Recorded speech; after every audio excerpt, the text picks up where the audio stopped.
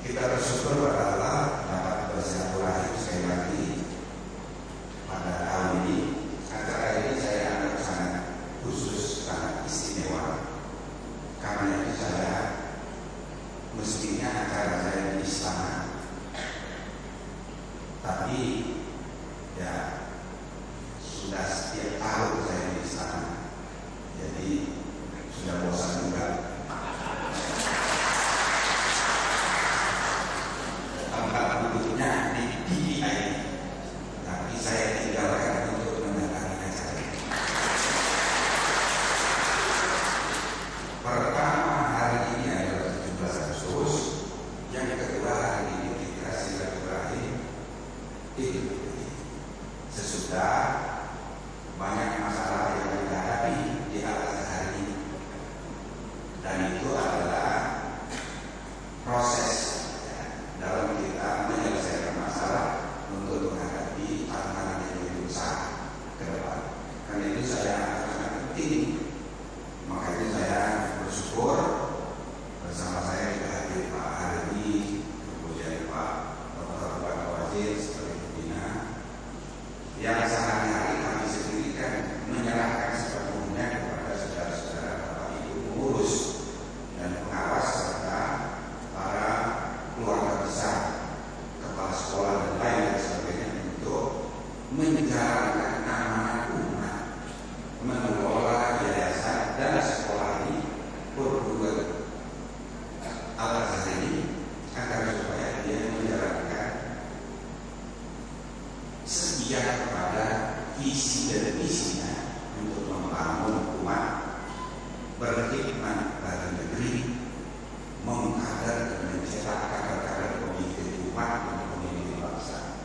Karena itu kami tidak ikut teknis operasional saja. Karena itu untuk acara-acara seperti ini rasanya memang penting untuk saya hadir, Pak Buat juga hadir, Pak Hari juga hadir, dan mudah-mudahan seterusnya bisa terjalin silaturahim yang lebih bermakna bagi kita untuk sama-sama bersatu menjalankan amanah di acara ini.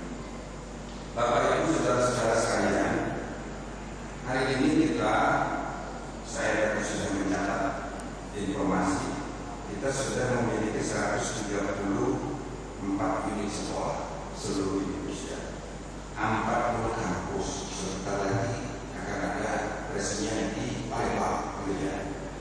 Ini adalah capaian yang luar biasa yang harus kita syukuri, dan mudah-mudahan kita jaga amanah ini untuk kita betul-betul sukses mengelolanya.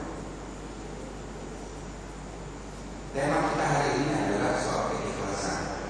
Ini tentu sangat penting bagi kita semua. Sesudah kita sukses 30 hari bulan Ramadan, kita datang dengan semangat keikhlasan. Intinya kan ikhlas itu kita jangan self-seeking, jangan melayani kepentingan diri sendiri. Kita ini bekerja untuk sharing, caring, memberi. Maka kita datang hari ini dengan semangat saling memaafkan, mengikhlaskan satu dengan yang lain, dan memang demikianlah semangat yang harus kita isi dari kepikiran kita. Itu sebabnya dalam Al-Quran tidak ada perintah kita untuk meminta maaf sekalipun. Kita diperintah minta ampun kepada Allah, dan yang kedua kita diperintah untuk menerima maaf kepada sesama. Hanya hadis-hadis Nabi yang bisa kita temukan perintah kepada kita untuk meminta maaf. Itu maknanya adalah memberi derajat perintah yang jauh lebih tinggi. Memberi maaf itu jauh lebih mulia. Ya Allah ya khair ya sufla, termasuk dalam urusan maaf memaafkan. Maka itu kita datang berkumpul sekarang ini, semangat saling ikhlas mengikhlaskan, semangat saling memberi. Nah, yang lalu kita sudah selesai, kita urus masa depan saja. Kalau ada hal-hal yang kurang misalnya, yang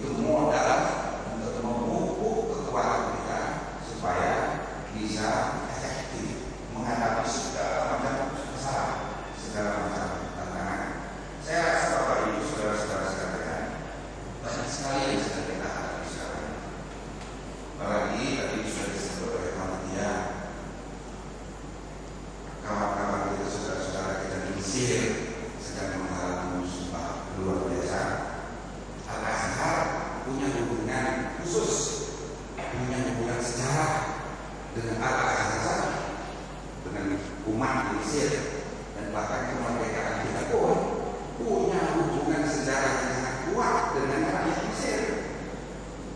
Kawan-kawan kita itu di Mesir itu kan dulu yang awal-awal mendukung kemerdekaan kita, maka kita kaum muslimin, kawan-kawan kita di Mesir sedang menghadapi musibah seperti sekarang, terperangkap dalam skenario global mengadu domba antara kita sendiri. Orang yang sudah dipilih dengan amanah menurut sistem demokrasi yang dipromosikan Barat sudah menang ya, diganggu hanya karena demo seminggu, kemudian budaya atau militer diganti ya. Nah, jadi saudara-saudara sekalian, demokrasi di Mesir ini menghadapi kegagalan. Kita dijadikan model, jadi contoh, maka kita harus prihatin dengan masalah yang dihadapi saudara-saudara kita di Mesir. Ini hanya sekedar untuk menunjukkan bahwa kita menghadapi banyak sekali masalah. Kita harus menyelesaikan pertama masalah itu sendiri, dan yang kedua, kita pun tidak boleh lupa bahwa kita ini juga harus membantu menyelesaikan masalah kawan-kawan kita di luar.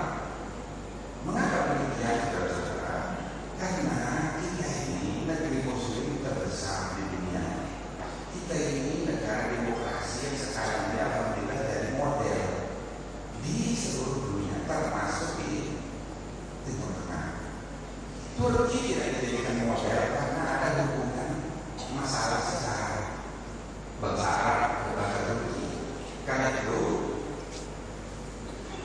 negara-negara yang mengalami reformasi Arab, disebut Arab Spring, itu menjadikan itu sebagai contoh, sebagai model. Nah, ini menunjukkan bahwa kita sudah saatnya sekarang umat Islam Indonesia dan bisa hanya berpikir ideologi. Kita itu sudah dijadikan model, diperhatikan, diharapkan oleh seluruh dunia, oleh umat Islam dunia. Tapi ini saatnya, saudara-saudara, masalah kita sendiri selesai dulu. Menyelesaikan masalah sendiri tidak bisa.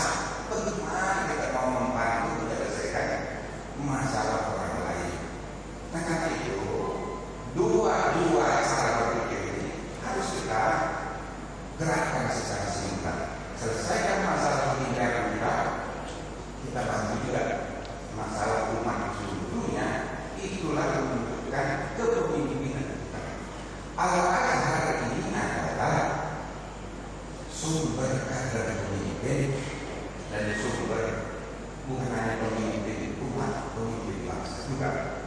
Nah, karena itu saya ingin sekali sesudah periode sekarang ini kita semua harus konsolidasi. Saya tadinya bakal semua guru hadir. Yang tadi itu upacara itu musik itu mendengar. Saya juga ingin bicara mengenai bagaimana seharusnya guru di masa ini dan masa depan. Saudara-saudara sekalian, tantangan yang kita hadapi sebagai umat, sebagai bangsa, sebagai manusia di abad 21 ini luar biasa, sudah berubah, tidak sama dengan abad 20 yang lalu, walaupun baru 15 tahun. Perubahan itu luar biasa. Maka jikalau kita bekerja, berpikir dan bertindak sama saja seperti 15 tahun yang lalu, tidak bisa kita menghadapi persaingan kita. Gawat ini perkembangan zaman, perubahan ini luar biasa. Karena itu kita harus mengadakan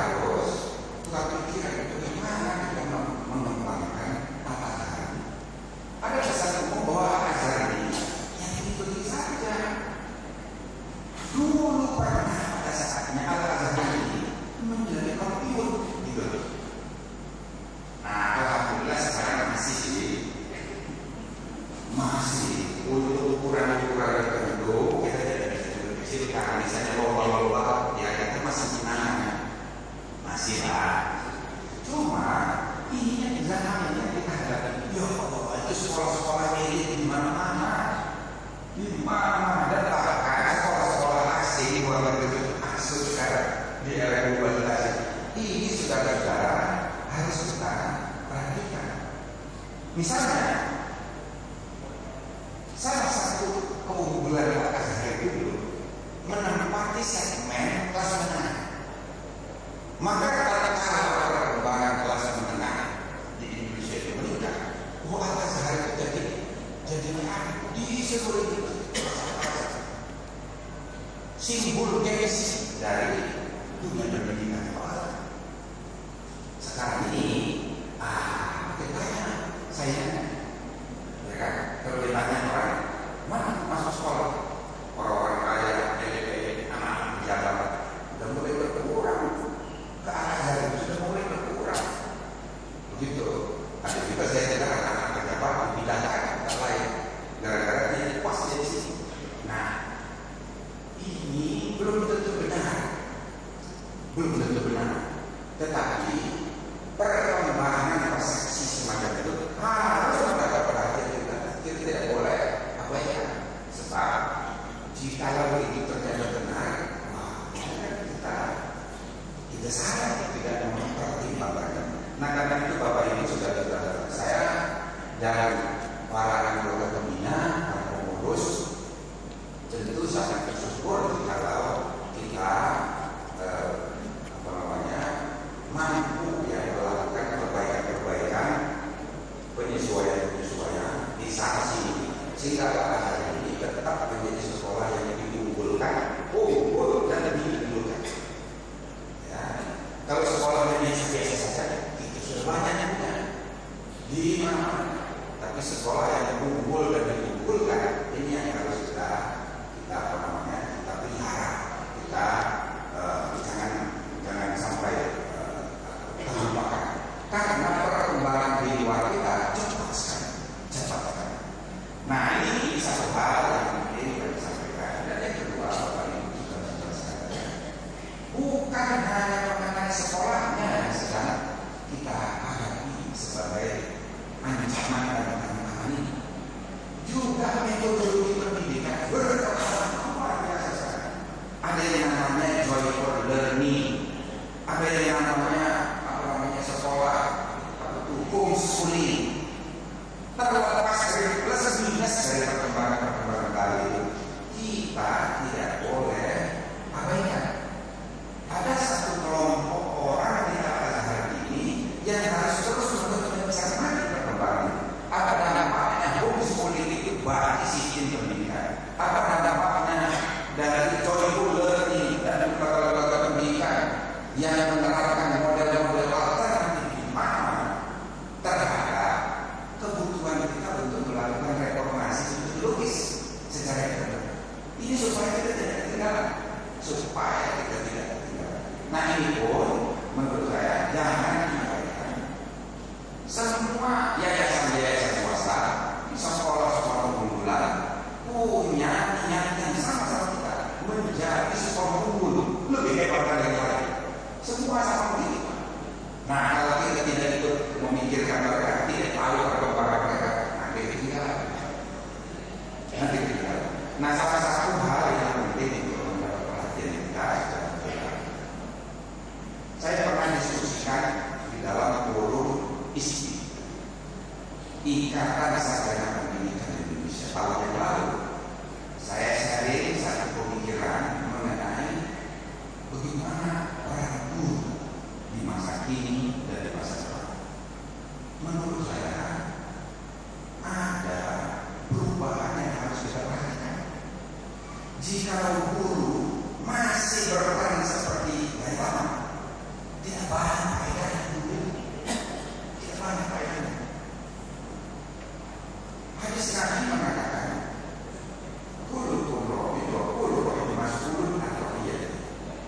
ada hadis yang kedua mengatakan, jikalau 3 orang pergi di antaranya, maka 1 di antaranya akan jadi pemimpin. Nah, saya mau hubungkan dengan satu filsafat Cina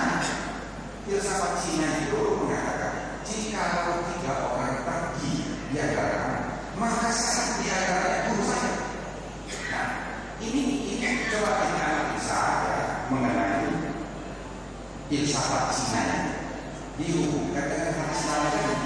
Kalau kita pergi 3 orang, satu di antaranya harus diangkat jadi pemimpin. Sebaliknya filsafat Cina mengatakan kalau 3 orang pergi, satu di antaranya jadi guru. Saudara-saudara, baik filsafat Cina maupun hadis Nabi ini sama-sama perasaan kemuliaan hidup, kemuliaan nilai manusia yang dicerminkan dalam hadis Nabi dan dicerminkan dalam falsafah Cina itu kan? Karena itu tidak harus sampaikan dari Cina. Rasul mengatakan itu, maka tidak usah ke Cina, kita baca saja filsafat Cina. Menurut pendapat saya, kedua filsafat ini, filsafat dan hadis Nabi ada hubungan. Hubungannya adalah bahwa pemimpin itu sama dengan guru. Guru itu juga sama dengan pemimpin. Maksud saya adalah guru itu harus berperan sebagai pemimpin. Begitu juga pemimpin. Pemimpin itu harus berperan sebagai guru. Jikalau rakyatnya mau ke kanan, si pemimpin itu kalau dia ke kanan dia masuk jurang, maka si pemimpin itu jangan harus dia harus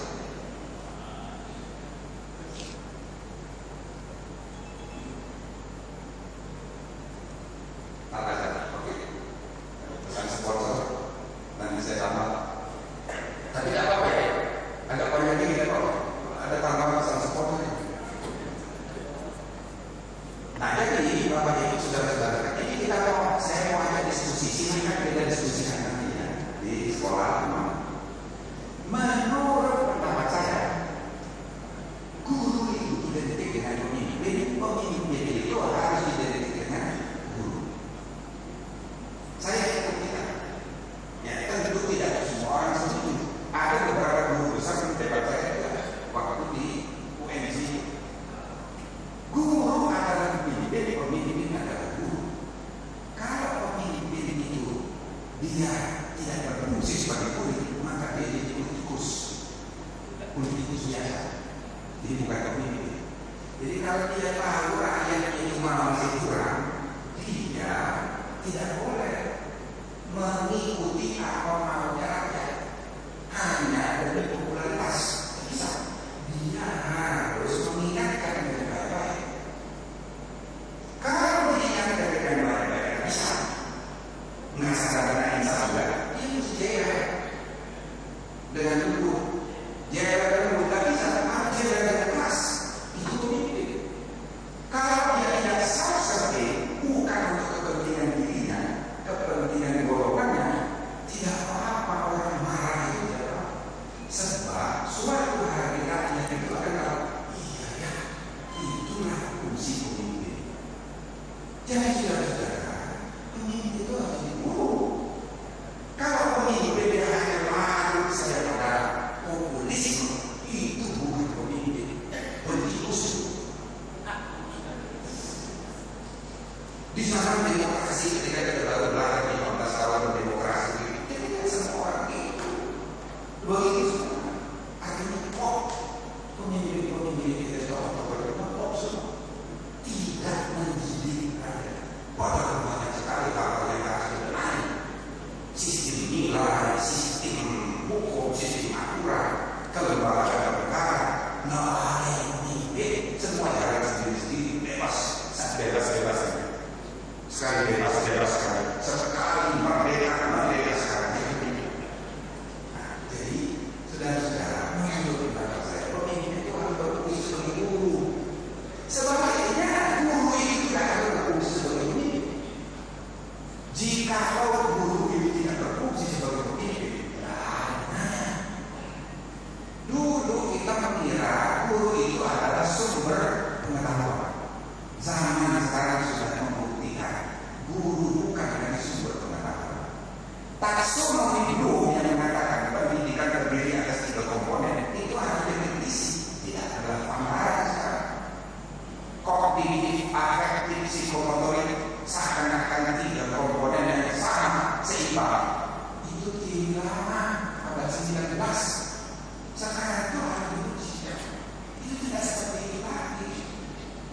Tidak bisa kita mengandalkan 3 komponen tak suruh dulu itu sepakat. No, ketinggalan zaman. Tidak bisa disepakati. Mengapa? Akhirnya jauh lebih pokok, jauh lebih penting. Misalnya, kita berusaha untuk menjadikan ya kognitif itu seakan-akan misalnya ini kurikulum sesudah sistematis berupa kurikulum itu dari konten based ke competence based. Jadi kurikulum kita buat tidak lagi orientasi konten, tapi orientasi competence based. Bukan? Coba lihat dalam praktek tetap ada competence based. Asal ada diskusi mengenai perilaku misalnya, waduh dia harus baca pelajaran agama harus apa? Jadi itu competence based. Agama dilihat sebagai competence pendidikan. Budi pekerti, tanpa pelajaran, budi pekerti. Jadi kita ini terpaku sekali kepada konten. Nah, teori modern mengatakan gagal kompetensi, tapi kompetensi, kompetensinya, gitu kan? Tapi dalam praktek sulit di kompetensi, tetap kompetensi. Lagi Bapak Ibu saudara-saudara, baik kompetensi curriculum maupun kompetensi sama saja output oriented education, sama-sama orientasi hasil. Yang kita lupakan ialah pendidikan sebagai proses. Pendidikan sebagai proses, gitu. Nah, disinilah kita harus perhatikan bahwa sebenarnya sama dengan dakwah pendidikan dalam kehidupan dakwah. Dakwah kita itu sekarang ini terlalu syariah fikih oriented, sehingga saat kita beragama itu terlalu rasionalistik, tidak membekas di perilaku, kurang membekas di perilaku. Maka kalau orang orientasi fikih dakwahnya itu kan orientasinya halal. Allah kerjakan saya itu di kepala itu halal. Padahal yang terjadi tidak salah. Ada Nabi Muhammad di nasi itu harus marah gitu kan. Padahal dia tidak salah. Itu satu orientasinya emosi, terlalu tidak gitu. Ada juga yang orientasinya terlalu berpikir tadi syariah, terlalu rasionalistik. Nah, dua-duanya ini baik yang orientasi emosi keagamaan, tidak oriented maupun fikih oriented yang sangat rasionalistik, ibaratnya mau yang halal atau yang haram, dalilnya ada. Nah, gitu. Jadi dulu suka cucu waktu saya di Masjid Selama, namanya masih Profesor Ibrahim Hussein. Ada bagaimana? Mau yang halal atau yang haram? Walaupun jauh itu dalam praktek gimana? Nah, jadi sudah ada hal Islam di dalam itu dinamakan ya harus kita lakukan. Jadi bagaimana agama itu membekas dalam perilaku? Untuk itu tidak bisa kemudian tidak bisa, harus proses itu. Nah, jadi kalau begitu saudara-saudara, kita sangat memerlukan peranan guru. Guru tidak lagi dipahami sekedar sebagai sumber pengetahuan. Tidak boleh lagi, apalagi zaman sekarang. Ketika perpustakaan di mana ada tempat, orang sudah berubah juga pikiran bahwa guru itu bukan lagi sumber pengetahuan. Guru itu bukan lagi sumber pengetahuan. Sumber pengetahuan adalah buku. Sekarang lebih gampang lagi. Sekarang ada internet. Maka tiba-tiba sumber informasi pengetahuan itu ada di internet. Waktunya lebih cepat, jumlah lebih banyak, lebih bervariasi, dan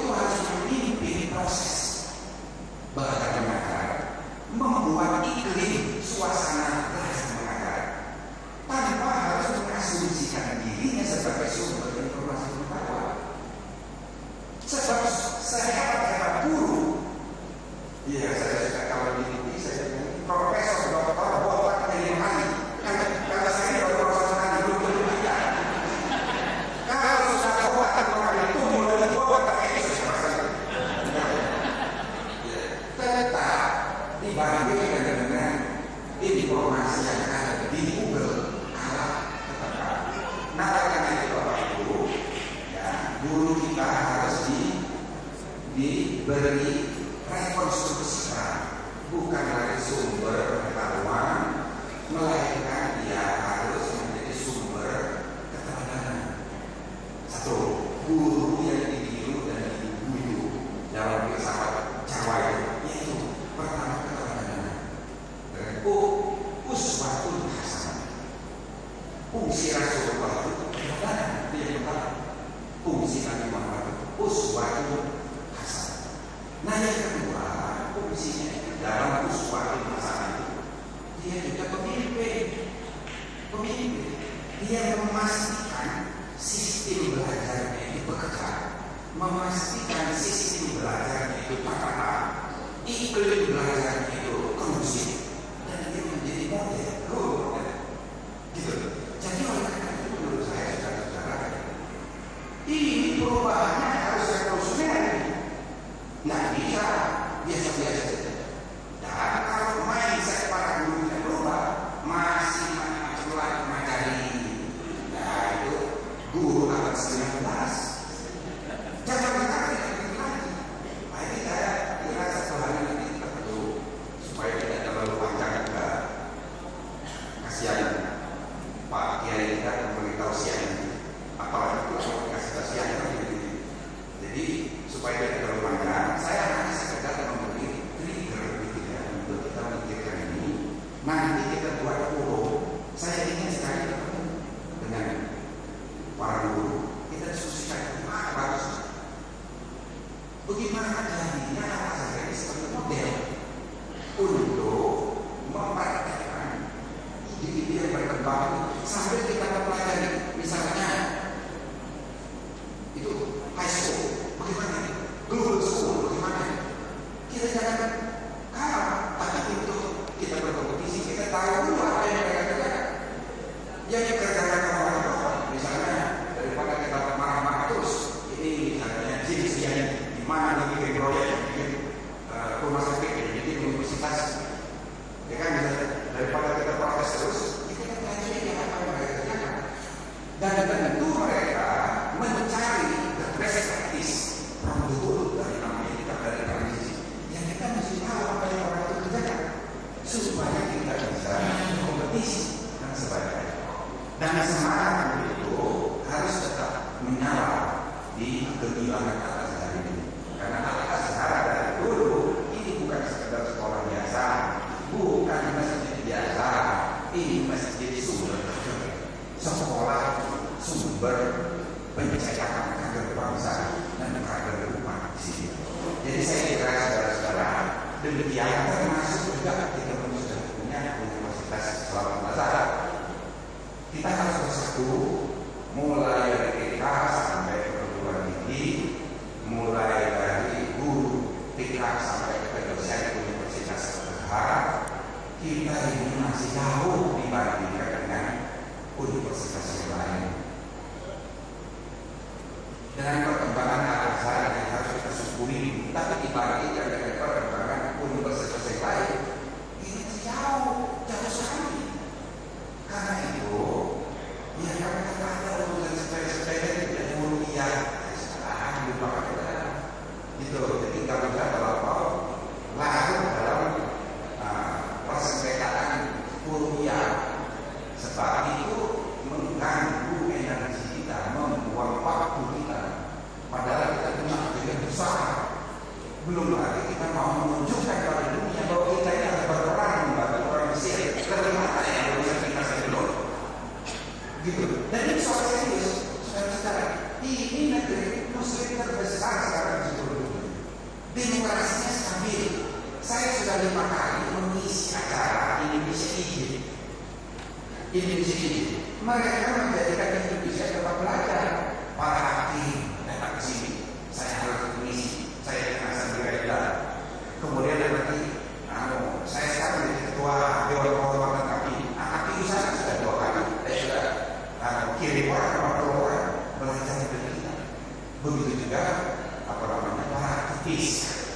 Aktivis politik partai, semua partai datang ke sini belajar mengenai transformasi demokrasi itu bagaimana. Jadi kita ini jadi teman belajar. Cuma kita aja yang suka studi banding di tempat lain.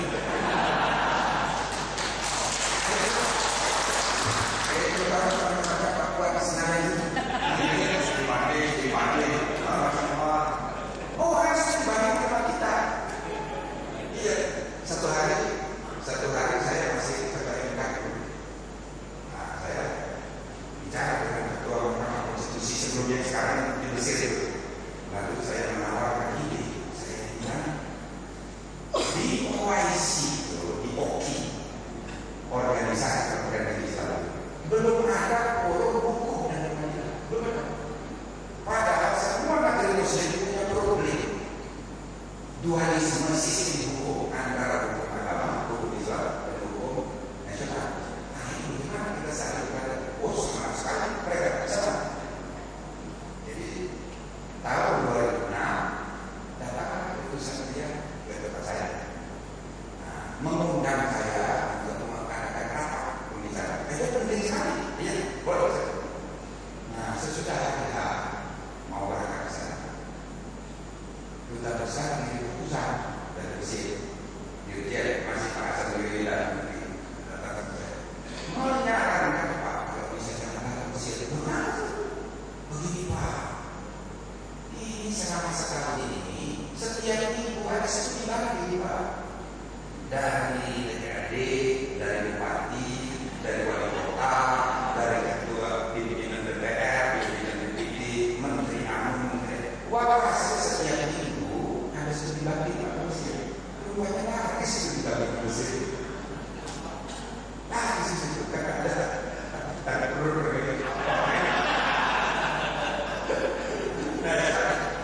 Ya, ini kita bersama sekarang.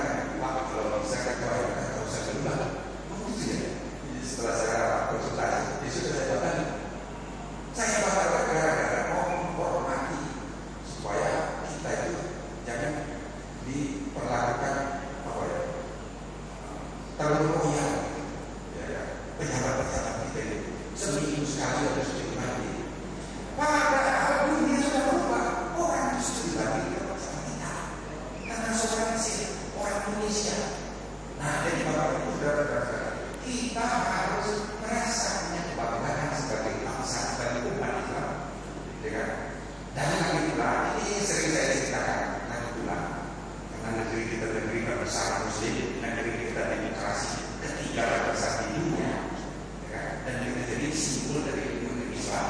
Yang apabila pada saat nanti tren perkembangan ekonomi dunia bergeser dulu dari Timur Tengah ke Eropa, dari Eropa pindah ke Amerika, sekarang trennya pindah ke Asia Pasifik. Di Asia Pasifik itu jadi kelas wakil dunia Islam kita ini, dunia menjadi Melayu. Maka memang tren ke depan kita itu sungguh-sungguh bisa menjadi kiblat, paling tidak kiblat politik, kiblat ekonomi, kiblat ilmu pengetahuan, wali. Dan mulai sejak sekarang ini Malaysia dari Timur Tengah sudah mulai mengambil sekolah ke Malaysia, bisnis ke Malaysia. Tidak apa-apa, biar Malaysia itu. Malaysia kan kecil terus berapa? Biar dulu, baru nanti yang bisa di sini. Kita kasih pur dulu. Jadi Bapak Ibu saudara-saudara, ini serius. Di masa depan dunia Islam, tatkala Asia menjadi puncak pusat peradaban dunia di masa depan, ya, perwakilan dunia Islam itu bangsa Muslim Melayu yang sangat kebetulan dalam sejarah Islam, semua bangsa Muslim besar dalam sejarah sudah menyumbang bagi kemajuan peradaban Islam semuanya, kecuali bangsa lain. Kita dulu pertama bangsa Arab karena Nabi Muhammad berkata, kedua bangsa Persia zaman Abbasiyah dan seterusnya, perkembangan peradaban kedua, ketiga bangsa Swahili, Afrika Hitam. Afrika Hitam itu saudara-saudara, itulah bersama-sama bangsa Arab menjadikan Afrika sebagai the only continent of Islam in the world.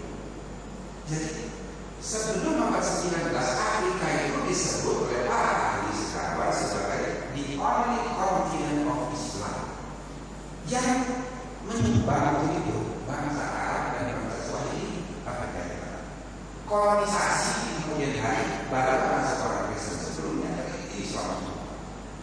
Ya, yang keempat bangsa Turki, yo sampai ke Eropa itu di Bosnia saya pernah dengan almarhum Lukman Harun diutus jadi utusan mengirim kemanusiaan bantuan kemanusiaan. Yo di daerah Balkan itu bukan orang pendatang, orang sana. Muslim. Jadi besar sekali itu perkembangan perang sumbang bangsa Turki sampai ke Rusia. Yang kelima berapa itu? 2, 3, 4, 5. Yang keenam adalah bangsa India. Bangsa India. Asia. Saudara-saudara, ini menarik bangsa India. Ketika India, Pakistan, Bangladesh jadi satu, jumlah umat Islam itu cuma 20%. Tetapi sejarah menunjukkan bahwa selama 5 abad kerajaan Moghul itulah yang menguasai kawasan Asia Selatan. Kerajaan Moghul. Padahal jumlahnya cuma 20-25% saja dari keseluruhan di tengah lautan orang Hindu, ya kan? Nah, ketika bangsa kita masih beragama Buddha, orang Indonesia, nenek moyang di sini itu mungkin ya masih Buddha seperti zamannya Sriwijaya itu. Kita mendirikan Borobudur pada zaman yang hampir bersamaan bangsa India membuat Taj Mahal. Kenapa? Taj Mahal itu adalah peninggalan Islam Raja Mughal dan ini berkuasa di Makkah dan itu saudara tahu itu salah satu simbol ya peninggalan Islam yang sampai sekarang ini lucunya turisme di India itu menjual Taj Mahal sebagai simbol pariwisata. Indonesia yang Muslim mayoritas sekarang ini menjadikan Borobudur sebagai simbol. Ini serius. Zamannya hampir sama ketika kita ini nenek moyang kita belum masuk Hindu, belum masih mayoritas Buddha, ya kan? Kita mendirikan Borobudur. Sedangkan di sana itu Islam itu sudah 5 abad. Nah, karena itu bangsa India itu besar sekali perannya dalam sejarah. Memang betul saudara-saudara, Islam masuk ke Indonesia karena diangka sejak abad pertama. Itu betul. Tapi kan baru seperahu, 2 perahu, ya kan? Belum dalam arti suatu komunitas besar. Jadi yang besar itu baru. Jadi kalau begitu dalam pengertian komunal, bangsa Muslim Melayu ini paling belakangan masuk Islamnya. Meskipun 1 perahu 2 perahu sudah ada, ya kan, tetapi dalam pengertian bangsa kita ini baru masuk Islam. Nah, jadi wajar sumbangan kita ini masih sedikit. Maka bila bangsa Melayu ini di masa depan harus menyumbang bagi kemajuan dunia Islam. Ketika pusat pertumbuhan peradaban dunia beralih ke Asia Pasifik, dari kesadaran itu harus kita tanamkan dari sekarang. Inilah yang harus kita siapkan. Tapi syaratnya kita jangan konflik tidak perlu. Kita harus mengerti bersatu dan memperbaiki segala kemungkinan yang harus kita perbaiki dalam rangka merebut persaingan global, nasional, regional, dan termasuk persaingan nasional. Saya kira inilah sekedar sambutan apa yang namanya. Ya, pokoknya yang mohon maaf kalau kepanjangan. Ya, mumpung sekali-sekali. Dan saya percaya kalau ada pun yang kurang berkenan di hati karena suasananya Idul Fitri, saya dimaafkan. Terima kasih. Bila ada apa-apa